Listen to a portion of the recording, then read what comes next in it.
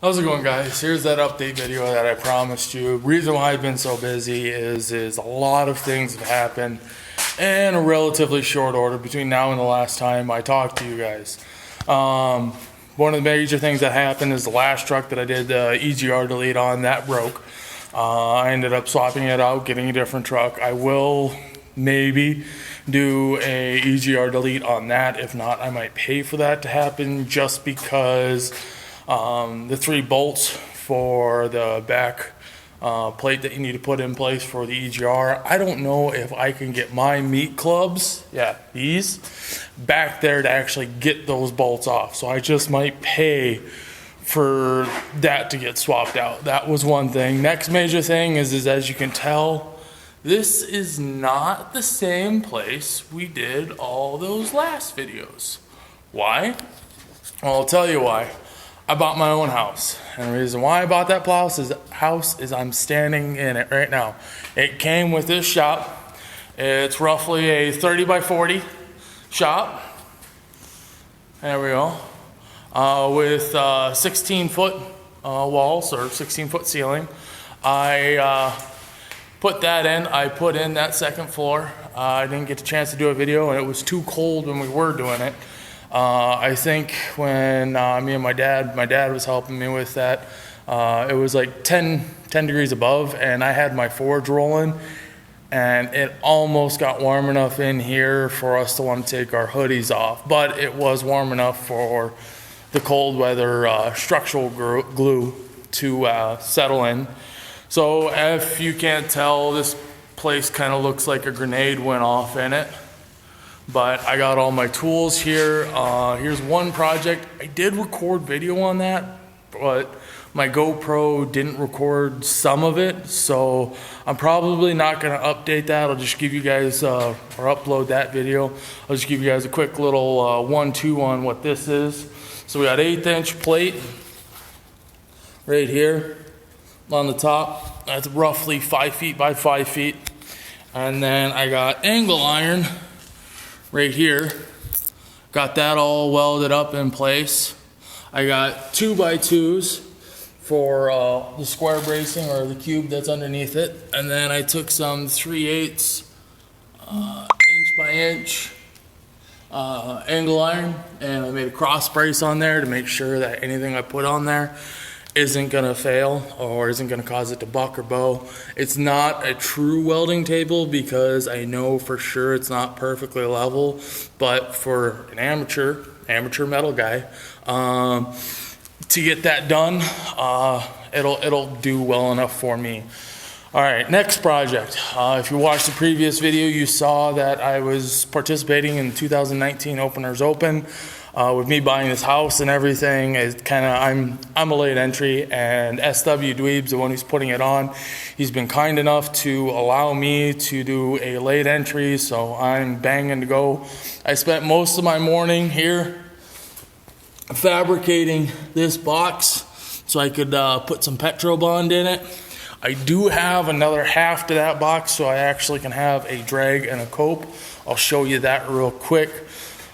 That's just, I think, 1/8" angle iron, cut 1 foot by 1 foot in a nice little square, and then I took some 1/8" rod and welded that on the inside. I'll show you that real quick because I did the same thing on the top part here.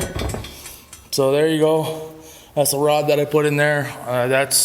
I'm hoping will help keep the Petrobond in here. Here's the top half. This is just some plate steel that I had lying around, leftovers from when I did the log press.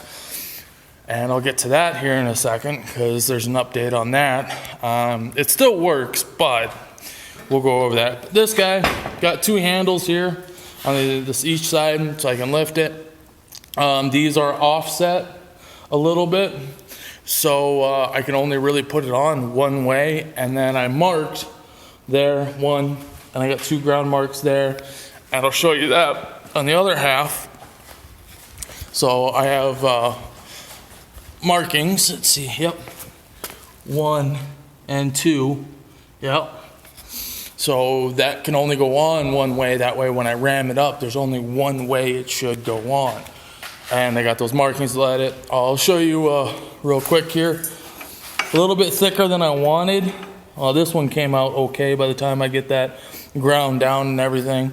I got some oak that's actually left over from the compressor, which I'll update you or tell you about that here shortly. From the pallet that came on, I'll take that off, strip it off, grind this down, drill out a hole, and make a bottle opener out of it. And then use that. I got brass rod in the house with some epoxy, and we'll get that all dolled up and trying to look as pretty as nice. I have a polishing wheel. I did order one of those, but it's not hooked up and it's not on anything solidly mounted. So I'm probably going to try and do basically a rough grind on that. Again, I'm trying to get everything set up here. As you guys can see, I got my forge set up.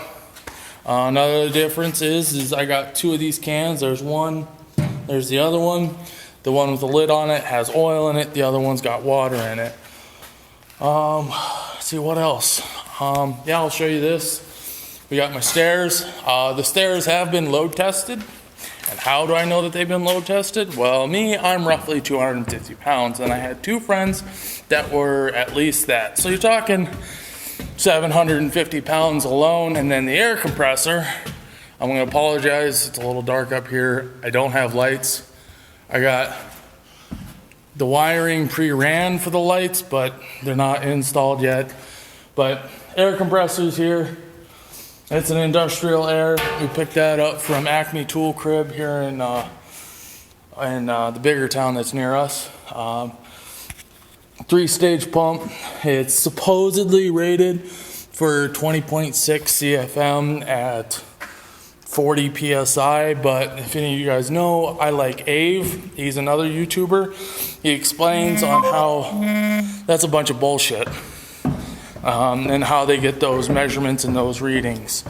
So there's that. I got that all done. Other things that I've done in this shop, you'll see this electrical circuit for all those wall mounts there. Those I put in. There's a 220 volt circuit right here, 60 amps wired in. That's for the log press, and that's also for Mr. Plasma Cutter.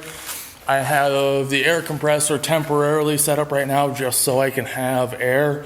Eventually I will run it down through the floor somewhere in here, pipe it along here, and then have drop downs probably on each one of those 6x6s that we got supporting this. I'll have that, and I also plan on running another 220 circuit, and I'll probably attach it here or on that, and I might do another circuit of just a regular plug-in 120. So I'll have more, can't have too many outlets. And I'll show you the panel here. I got plenty of room still for electrical. I got lots of room in there. Let's see, what else is new? New tools. What tools have I bought since I talked to you guys last? Well, bought this Victor torch set, oxypropane setup.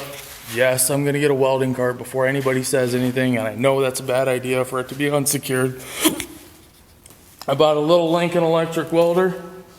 That thing's actually been running really good. I'm really surprised on how little spatter that I get. It seems to weld really nice, even though I'm welding stuff that's way beyond what it's rated for.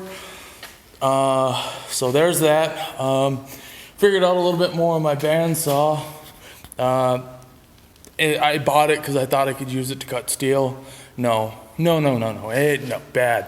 It can't do that, but it does cut dead tree carcass really well. Let's see, what else? Oh, so Mr. Press here, I used it once or twice when I was melting down some copper ingots and the wire didn't want to cooperate, so I used it to swoosh it. And I've used it once or twice on some steel. That's why I have this here. I was trying to get some thicker, hard, round stuff down versus beating it to the thickness that I wanted.